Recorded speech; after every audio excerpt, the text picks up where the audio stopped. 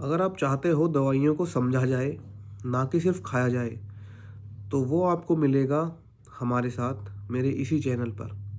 क्योंकि दवाई से ज़्यादा ज़रूरी है दवाई का सही ज्ञान होना। तो आज मैं आपको बताने वाला हूँ बहुत ही आसान भाषा में पैरासिटामॉल के बारे में, जो आपको बहुत ही आसानी से समझ भी आ जाएगा और आप लोगों को भी बहुत आसानी से समझा पाएंगे। तो पैरासिटामॉल एक ओटीसी दवाई होती है। अब यहाँ ओटीसी का मतलब होता है ओवर द काउंटर दवाइयाँ, जिन्हें आप बिना डॉक्टर के पर्चे के और बिना डॉक्टर की सलाह के सीधे मेडिकल शॉप से खरीद सकते हैं। जैसे मैं आपको एग्जांपल के लिए बता दूं, एलर्जी की दवा हो गई, आप मेडिकल स्टोर पे जाके बोल देते हैं कि भैया एक एलर्जी की दवाई दे दीजिए, या बुखार की दवा दे दीजिए, या कोई गैस की दवा दे दीजिए। तो ये सारी जो दवाइयाँ जो हैं वो ओटीसी के अंदर ही आती हैं।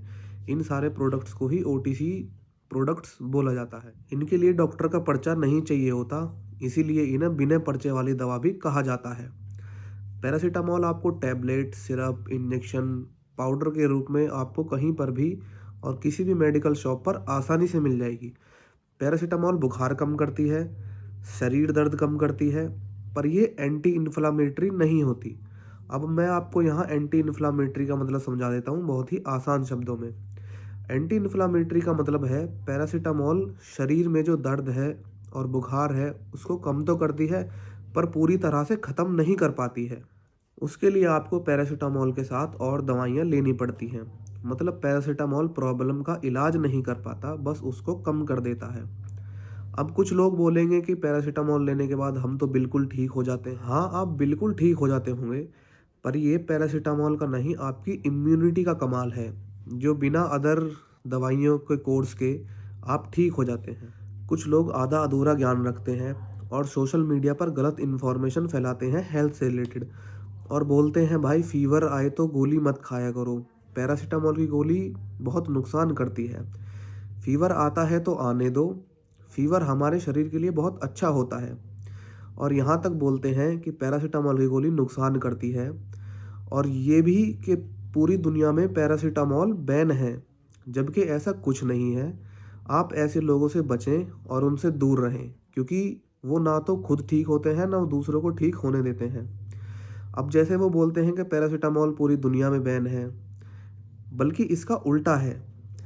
ये पैरासीटामॉल जो होती है ना वो प्रेग्नेंट वुमेन और बच्चों के लिए सबसे ज़्यादा और सेफ माने जाने वाली दवाई होती है। और यूएस में जो पैरासीटामॉल है वो और डॉक्टरों द्वारा हाईली प्रिस्क्राइब की जाती है बुखार और शरीर दर्द के लिए। तो आप ऐसे अनपढ़ लोगों से बचें और बुखार होने पर सबसे पहले पैरासीटामॉल ही लें। हाँ, अगर आपको शरीर में वायरल इन्फेक्शन है तो आप पैरासीटामॉल के साथ, या फिर बैक्टीरियल इन्फेक्शन है तो आप पैरासीटामॉल के साथ एंटीबायोटिक्स वगैरह ऐड कर सकते हैं। पर दिक्कत यहाँ आती है कि पैरासीटामॉल को हम दवाई समझते ही नहीं हैं। बुखार हुआ तो पैरासीटामॉल, सर दर्द हुआ तो पैरासीटामॉल, बच्चा रो रहा है तो पैरासीटामॉल, बच्चे को वैक्सीन लगी या आपको वैक्सीन कोई भी लगी, उसके बाद थोड़ा बहुत फीवर हुआ तो पैरासीटामॉल। लोग सोचते हैं अगर हम पैरासीटामॉल की ओवरडोज कर देंगे या फिर हम पैरासीटामॉल को गलत तरीके से खा भी लेंगे तो उसका हमारी बॉडी पर कोई इफ़ेक्ट नहीं होगा। बट यहीं लोगों का सोचना बहुत गलत है। यहीं हमारी बॉडी के अंदर, या मैं बोल दूं आपसे कि हमारे लीवर के अंदर ये टॉक्सिसिटी क्रिएट कर देता है। यानी कि लीवर के लिए ये बहुत ख़तरनाक साबित हो जाता है और इसके साइड इफ़ेक्ट बहुत ज़्यादा गंदे तरीके से दिखने लगते हैं बॉडी के ऊपर। आइए अब हम जान लेते हैं पैरासीटामॉल के साथ हमें क्या क्या सावधानियां बरतनी होती हैं, जिससे पैरासीटामॉल के साइड इफ़ेक्ट हमारे ऊपर या हमारे बच्चों के ऊपर ना आए और हमारा लीवर सेफ रहे। तो ज़्यादातर लोग नहीं जानते पैरासीटामॉल का जो डायरेक्ट कनेक्शन होता है वो लीवर से होता है। जब भी हम पैरासीटामॉल की गोली खाते हैं तो वो सीधा लीवर में जाती है और वहाँ पे उसके टुकड़े होते हैं। मतलब हमारा जो लीवर है वही उसको तोड़ता है। लेकिन अगर डोज ज़्यादा हो जाए या ओवरडोज हो जाए तो उसकी वजह से लीवर खुद को ही डैमेज करना शुरू कर देता है। भारत में ड्रग इंड्यूस लीवर फेलियर का सबसे कॉमन रीज़न है पैरासीटामॉल की ओवरडोजिंग। अब मैं आपको यहाँ पे ड्रग इंड्यूस लीवर फेलियर का मतलब भी समझा देता हूँ। इसका मतलब होता है दवाई लेने के कारण लीवर को होने वाली गंभीर समस्याएं। जिससे लीवर खराब होता है और यह बहुत चिंताजनक है। अब यहाँ पे ध्यान देने वाली बात है, जब हम पैरासीटामोल की ओवरडोज कर लेते हैं, जैसे 3 से 4 गोली एक साथ दिन में 5 से 6 बार हमने खा ली, तो इसका जो साइड इफ़ेक्ट है वो तुरंत बॉडी के ऊपर नहीं आता। जैसे ना ही आपको कोई चक्कर आएगा, ना ही आपको उल्टी होगी, ना ही कोई आपको शरीर दर्द होगा। इसलिए हम सोचते हैं कि सब ठीक है, लेकिन 24 से 72 घंटे के बाद लीवर चुपचाप अपना काम करना बंद कर देता है और ये भी बोल सकते हैं हम कि लीवर एकदम से ही खराब हो जाता है और फिर बहुत देर हो चुकी होती है। यहाँ मैं आपको डरा नहीं रहा हूँ, मेरा काम है आपको सिर्फ सच बताना। अब मैं आपको बता दूँ कि क्या गलतियाँ आपको नहीं करनी है पैरासीटामोल लेते हुए। पैरासीटामोल 500 mg की जो टैबलेट होती है, इसका मतलब ये नहीं है कि आप हर 2 से 3 घंटे में एक गोली पैरासीटामोल की ले रहे हैं। और जो पैरासीटामोल 650 के अंदर आती है, उसका कोई सेंस ही नहीं बनता। वो तो एक अलग विषय हो जाएगा कि वो किस क्यों बनाई गई थी, वो एक अलग विषय है। बट आप पैरासीटामोल 650 से बचें।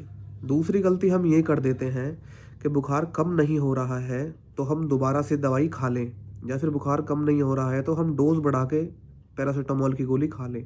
तो आपको ये बिल्कुल नहीं करना है। तीसरे नंबर की गलती पर अगर मैं बात कर लूँ, तो भारत में बहुत सारे लोग ऐसे हैं जो पैरासीटामोल की गोली को विटामिन की गोली समझकर खाते हैं।